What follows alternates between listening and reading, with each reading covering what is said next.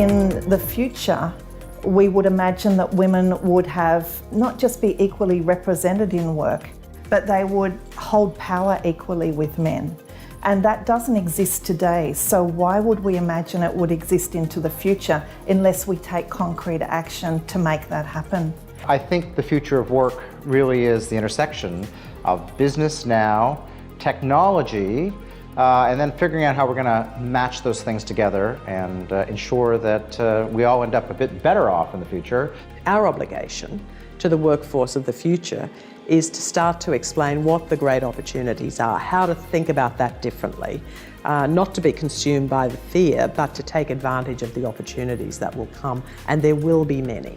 The future is something that we have a responsibility to help create, and that in the gender space is going to involve a non-stop focus on the question, how is this particular change advantaging or disadvantaging women generally, or disadvantaging or advantaging women of particular kinds, because of course the interests of women aren't all equal.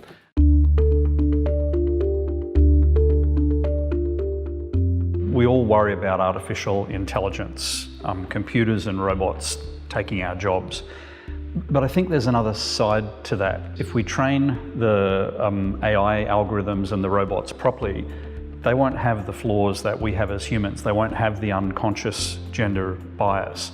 They will truly treat humans as humans. But I think the thing that people fear that it's a choice between robot and human, and in fact, it's not a if or a but or a one or other. It's an and.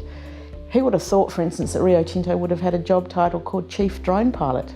Our perspective about the future of work is very much one of the emergence of the ability for machines and humans to collaborate together and get the best out of each other.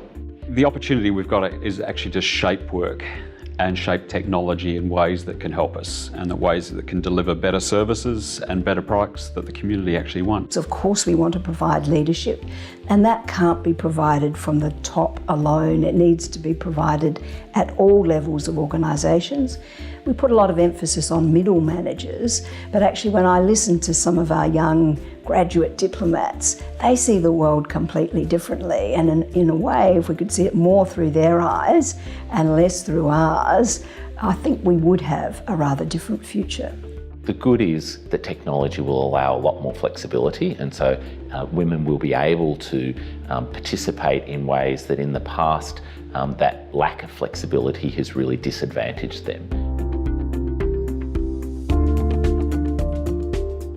If you look at most of the predictions for the future of work, people are saying maybe 70% of new jobs are going to be STEM related. And one of the things we need to continue to look at is particularly the worry about the low element of women participating in STEM degrees and careers, and the potential that that has for not getting women involved in those jobs of the future and designing the workplace of the future.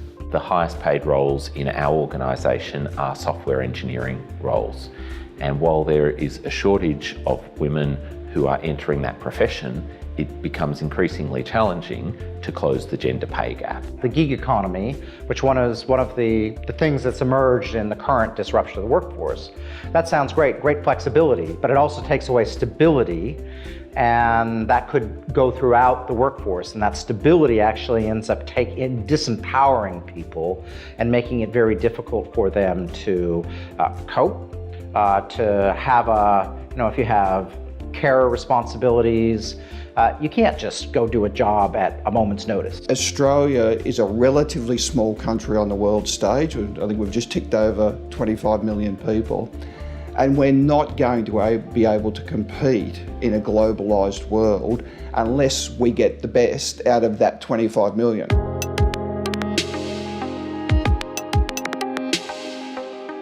We're identifying opportunities where we have to partner with the educational institutions, because if we're going to do reskilling or building skills of women in these critical skills, we need the education providers to be with us. I think part of the challenge is actually to demystify STEM, to actually talk about STEM skills as part of life skills. How strong the feedback is from younger women in particular about the need to connect technology, STEM with purpose. We're not just talking about skills for the sake of it, we're talking about the skills that we think will help us solve the problems of the world. Being flexible around the skill sets that are needed.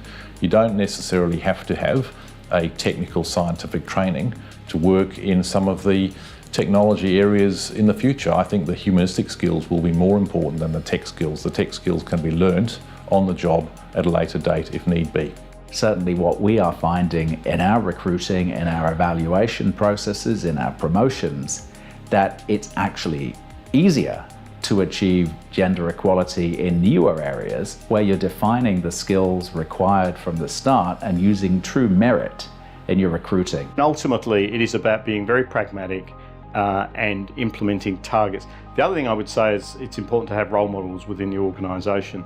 And we've got a great community group across our organisation, which we call Brilliant Connected Women, and there's more than 3,000 participants in that program. Having more virtual work is really important, and then being conscious of, I think, other things that are happening in people's lives that allow and impact their work. This is not about just encouraging work flexibility for females. It's about unlocking barriers right across the workforce, and that means for men as well. For us, the use of new technologies, collaborative technology, changing and redefining the workspace so people have a lot more flexibility and how they work together, where they work, can make a big difference of removing some of the barriers that have been an impediment to get gender equality in a lot of jobs. We've got to ensure that bias is removed from decision making and that we don't revert to appointing people like ourselves. Artificial intelligence can't make sense of the world.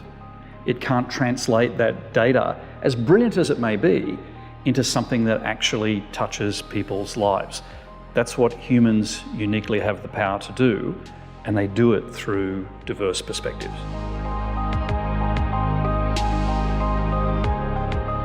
Over the next, say, 5 to 10 years, when some of these more fundamental shifts come through, we need to be making sure that we're actively intervening to ensure that the overall it's getting better and there's no opportunity for us to move backwards from some of the progress that we've made. And I think that's a really important focus for us as leaders. We need to be ambitious about the future, but most of all, we need to have our sleeves rolled up in terms of creating the sort of future that we want. We need to do it in quite fast time, and that means being nimble, being agile, and also, of course, being open to new ideas. You've got to take advantage of disequilibrium while things are unstable and the concrete's not set, to actually make gains. The future of work is a great opportunity if we act, and we must act. So let's address what's unequal today, because if we don't, we will sleepwalk into a future where I fear will not only replicate the inequality, but will amplify that inequality.